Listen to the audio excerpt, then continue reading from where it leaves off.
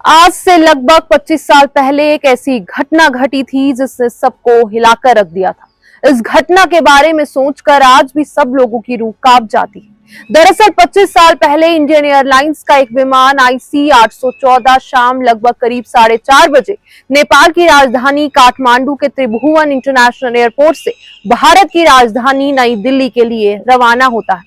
इस विमान में 24 विदेशी नागरिक सहित 178 यात्री और 11 क्रू सदस्य सवार थे। लेकिन इंडियन एयरलाइंस के विमान IC 814 में सवार सभी यात्री इस बात से अनजान थे कि जिस विमान में वो सवार होकर काठमांडू से नई दिल्ली की ओर जा रहे हैं वो अब हाईजैक हो चुका है। इसके बाद जो अगले 8 दिनों तक इस विमान में सवार यात्रियों और क्रू मेंबर्स के साथ हुआ उसे शायद ही कोई भुला पाया हो। चलिए अब जानते हैं भारत के इतिहास की सबसे बड़ी और आखिरी प्लेन हाईजैकिंग की पूरी कहानी। बात है साल 1999 की और दिन था 24 दिसंबर। नए साल को कुछ ही दिन बाकी रह गए थे। साथ ही पूरा देश अगले दिन 25 दिसंबर यानी कि क्रिसमस की तैयारियों में लगा हुआ था। लेकिन 24 दिसंबर को घटी एक घटना ने सभी की खुशियों को दुख में बदल दिया। दरअसल 24 दिसंबर की शाम लगभग करीब 4:30 बजे नेपाल की राजधानी काठमांडू के त्रिभुवन इंटरनेशनल एयरपोर्ट से इंडियन एयरलाइंस का विमान IC 814 भारत की राजधानी नई दिल्ली के लिए रवाना होता है। इस विमान के उड़ान भरने के कुछ ही देर बाद इसमें सवार यात्रियों को खाना परोसा जाता है। तभी इस विमान में सवार 5 आतंकवादी खड़े उठते हैं और अपनी अपनी बंदूकें दिखाकर ये कहते हैं कि कोई भी यात्री अपनी जगह से नहीं हिलेगा। ये विमान हाईजैक हो चुका है। ये सुनकर विमान में सवार सभी यात्री सन्न हो जाते हैं। तभी इन 5 हाईजैकर्स में से 1 या 2 हाईजैकर पायलट के कैबिन में घुसते हैं और पायलट पर बंदूक तानकर कहते हैं कि प्लेन को पाकिस्तान की ओर ले चल। विमान के कैप्टन देवी शरण काफी ज्यादा घबरा जाते हैं, जिसके बाद करीब 4:40 पर यह खबर इंडियन एयर ट्रैफिक कंट्रोलर को पता चलती है कि इंडियन एयरलाइंस का विमान IC 814 हाईजैक हो चुका है। उस वक्त देश में NDA की सरकार थी और अटल बिहारी वाजपेयी देश के प्रधानमंत्री थे। देश के प्रधानमंत्री और कुछ अन्य मंत्रियों को यह खबर पता चलती है लगभग 1 घंटे बाद। फिर धीरे धीरे ये खबर टीवी के जरिए देश सहित पूरे दुनिया को पता चलती है। हाईजैकर्स लगातार पायलट पर दबाव बनाते हैं कि वो प्लेन को लाहौर एयरपोर्ट पर किसी भी कीमत पर लैंड करे। लेकिन ये जानकारी जब पाकिस्तान एयर ट्रैफिक कंट्रोलर तक पहुंचती है तो वो लाहौर एयरपोर्ट पर विमान को लैंड कराने से सख्त मना कर देते हैं। फिर कैप्टन देवी शरण इंडियन एयर ट्रैफिक कंट्रोलर से बात करते हैं और कहते हैं कि प्लेन में ईंधन खत्म होने वाला है और लाहौर में प्लेन को लैंड करने से मना कर दिया गया है। वहीं हाईजैकर्स लगातार कैप्टन पर यह दबाव बना रहे थे कि अगर ये प्लेन लाहौर में लैंड नहीं हुआ तो वो प्लेन में सवार यात्रियों को एक एक कर मारना शुरू कर देंगे। कैप्टन देवी शरण फिर से इंडियन एयर ट्रैफिक कंट्रोलर से बात करते हैं और कहते हैं कि वो पाकिस्तान के एयर ट्रैफिक कंट्रोलर से बात करें और उन्हें इस बात के लिए मनाए कि वो प्लेन को लाहौर में लैंड करने की इजाजत दे, वरना बहुत से लोगों की जान चले जाएगी। लेकिन कैप्टन को इस बात का डर था कि कहीं प्लेन में ईंधन खत्म ना हो जाए और प्लेन क्रैश ना हो जाए। फिर कैप्टन ने थोड़ी बहादुरी दिखाई और इन हाईजैकर्स को इस बात के लिए मनाया कि प्लेन को आसपास के एयरपोर्ट पर तुरंत ही लैंड करना होगा इसमें ईंधन भरने के लिए। हाईजैकर्स को ना चाहते हुए भी कैप्टन की बात माननी पड़ी और फिर 7:01 पर प्लेन को अमृतसर एयरपोर्ट पर लैंड किया गया। फिर कैप्टन देवी शरण बार बार ये कह रहे थे कि जल्द से जल्द प्लेन में ईंधन भरा जाए, वरना ये हाईजैकर्स प्लेन में सवार यात्रियों को मारना शुरू कर देंगे। फिर आखिर में हुआ वही जिस बात का कैप्टन को डर था।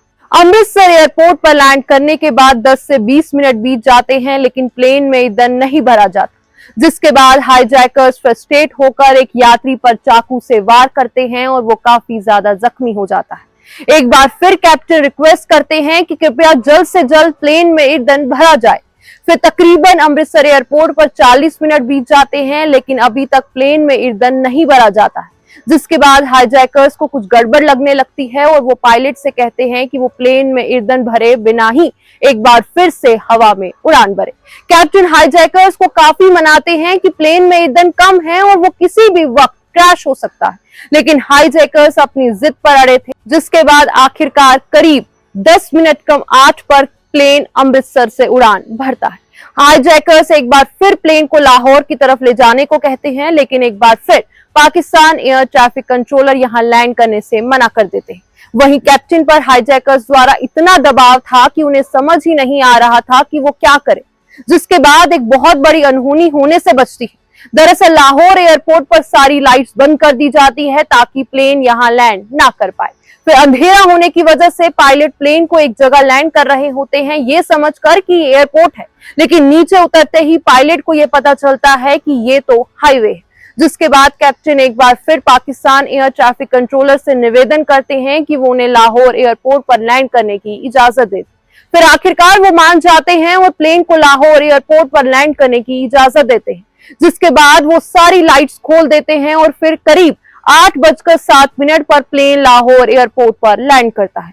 दरअसल ये हाईजैकर्स भारत सरकार के सामने ये शर्त रखते हैं कि वो इन सभी यात्रियों को रिहा कर देंगे, लेकिन इसके बदले वो भारत के अलग अलग जेलों में बंद उनके 36 आतंकी साथियों को रिहा करना होगा और वो 20 करोड़ अमेरिकी डॉलर की फिरौती भी मांग रहे थे। वहीं जब विमान लाहौर में लैंड करता है तो भारत की तरफ से पाकिस्तान एयरपोर्ट ऑफिशियल्स को ये निर्देश दिए जाते हैं कि कृपया करके अब इस प्लेन को दोबारा से उड़ने ना दिया जाए और प्लेन में सवार यात्रियों को रिहा करने के बारे में सोचा जाए। वहीं आखिरकार यहीं आकर प्लेन में ईंधन भरा जाता है।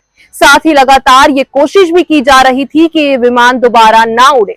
यहाँ पाकिस्तानी फोर्स इन हाईजैकर्स से ये कहती है कि इन यात्रियों को अब रिहा कर दे, लेकिन हाईजैकर्स की जो मांग थी वो पूरी नहीं की जा रही थी, जिसके बाद फ्रस्ट्रेट होकर वो प्लेन में सवार एक और यात्री पर हमला करते हैं, जिसके बाद उस यात्री की मौत हो जाती है। काफी मशक्कतों के बाद भी प्लेन को एक बार फिर उड़ान भरने से रोका नहीं जा सका। एक बार फिर ये विमान लाहौर से उड़ान भरता है और अब ये उड़ान भरता है लाहौर से ओमान की तरफ। लेकिन यहां से भी ये कहा जाता है कि प्लेन को यहां लैंड करने नहीं दिया जाएगा। इसके बाद प्लेन लैंड करता है दुबई के अल मिनहाद एयरबेस पर। रात के 3 बजे प्लेन यहां लैंड करता है। यहां थोड़ी बहुत राहत मिलती है क्योंकि हाईजैकर्स ने यहां 26 यात्रियों को रिहा कर दिया था। इन 26 यात्रियों में अधिकांश महिलाएं और बच्चे थे। जिसके बाद इन यात्रियों को दुबई से एक विशेष विमान में भारत लाया गया। फिर इन रिहा किए गए यात्रियों से हाईजैकर्स के बारे में बहुत सी जानकारियां हासिल की गई थी। यात्रियों ने यह कहा था कि ये हाईजैकर्स एक दूसरे को फर्जी नामों से पुकारते थे। वहीं अब प्लेन में बचे बाकी यात्रियों के लिए मुश्किलें बढ़ती जा रही थी। खाने और पीने तक को पानी भी नहीं मिल रहा था। टॉयलेट तक की हालत इतनी खराब हो चुकी थी कि अब वो इस्तेमाल करने के लायक नहीं बचा था। प्लेन में बचे हुए यात्रियों के लिए गुजारा करना मुश्किल होता जा रहा था। वहीं अब प्लेन दुबई से एक बार फिर उड़ान भरता है और अब ये जाता है अफगानिस्तान की ओर। 26 दिसंबर 1999 को सुबह 8 बजे ये प्लेन लैंड करता है अफगानिस्तान के कांधार इंटरनेशनल एयरपोर्ट पर। उस समय अफगानिस्तान में तालिबान का शासन था। जब विमान अफगानिस्तान के कंधार इंटरनेशनल एयरपोर्ट पर लैंड हुआ तो उसके बाद तालिबान ने ही विमान को चारों तरफ से घेर लिया था। भारत सरकार हाईजैकर्स के बीच तालिबान ही मीडिएटर बना हुआ था। इसके बाद अगले 6 दिनों तक प्लेन में बचे बाकी यात्री इसी प्लेन में रहते हैं। इन यात्रियों को कुछ नहीं पता था कि उनके साथ आगे क्या होने वाला है, वो बच भी पाएंगे या नहीं।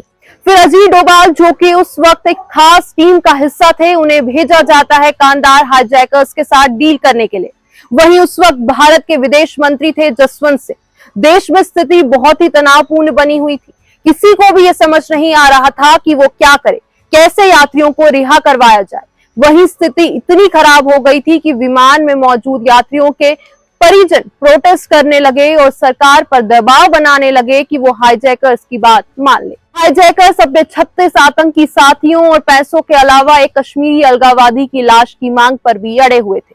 फिर तालिबान इस मामले में पड़ता है और हाईजैकर्स को पैसों और लाश की मांग छोड़ने को कहता है, जिसके बाद हाईजैकर्स तालिबान की ये बात मान लेते हैं, लेकिन भारतीय जेलों में बंद आतंकियों की रिहाई की मांग पर वो अभी भी अड़े हुए थे। वहीं फिर तालिबान यहाँ सख्त रवैया अपनाता है और साफ साफ ये कहता है कि अगर कांधार में कोई रक्तपात हुआ तो वो विमान पर धावा बोल देंगे। जिसके बाद हाईजैकर्स थोड़ा डर जाते हैं और फिर इस बात पर सहमति बनती है कि अब 36 आतंकियों की बजाय सिर्फ 3 आतंकियों को रिहा किया जाएगा। फिर भारत की 3 अलग अलग जेलों में बंद पड़े 3 आतंकियों को रिहा कर दिया जाता है और दिल्ली ले जाया जाता है और फिर वहां पर मौजूद तत्कालीन विदेश मंत्री जसवंत सिंह एक विशेष विमान में इन तीनों आतंकियों को अपने साथ लेकर कांधार पहुंचते हैं। फिर 31 दिसंबर 1999 को इन तीनों की पहचान की पुष्टि करने के बाद इन्हें तालिबान की मौजूदगी में कांधार में ही रिहा किया जाता है। इसके बदले में हाईजैकर्स ने बचे हुए सभी यात्रियों और क्रू मेंबर्स को रिहा कर दिया, जिसके बाद इन सभी को एक विशेष विमान से भारत लाया गया। इंडियन एयरलाइंस का विमान IC 814 को हाईजैक करने वाले ये पांचों हाईजैकर्स हरकत उल मुजाहिदीन नामक एक पाकिस्तानी आतंकी संगठन के थे। इस विमान में ज्यादा भारतीय यात्री सवार थे, लेकिन भारतीयों के अलावा Australia, Belgium, France, Canada, Italy, Japan, Spain और अमेरिका के नागरिक भी इस विमान में सवार थे। इन पांचों आतंकी हाईजैकर्स की भी बाद में पहचान की जाती है, जिनके नाम इब्राहिम अख्तर, शाहिद अख्तर सैयद, सनी अहमद काजी, जहीद मिस्त्री इब्राहिम और शाकिर था। वहीं 8 दिन के बाद जब 31 दिसंबर 1999 को अफगानिस्तान के कांधार से यात्रियों को विशेष विमान से दिल्ली लाया गया, तो उस वक्त एयरपोर्ट का नजारा बेहद ही भावुक करने वाला था।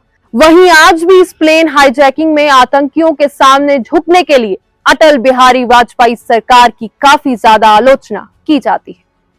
चलिए दोस्तों, फिलहाल के लिए इतना ही। अगली बार फिर करते हैं आपसे मुलाकात। तब तक के लिए आप खुश रहिए, मजे में रहिए और साथ ही अब जाते जाते वीडियो को लाइक और चैनल को सब्सक्राइब जरूर करके जाइएगा।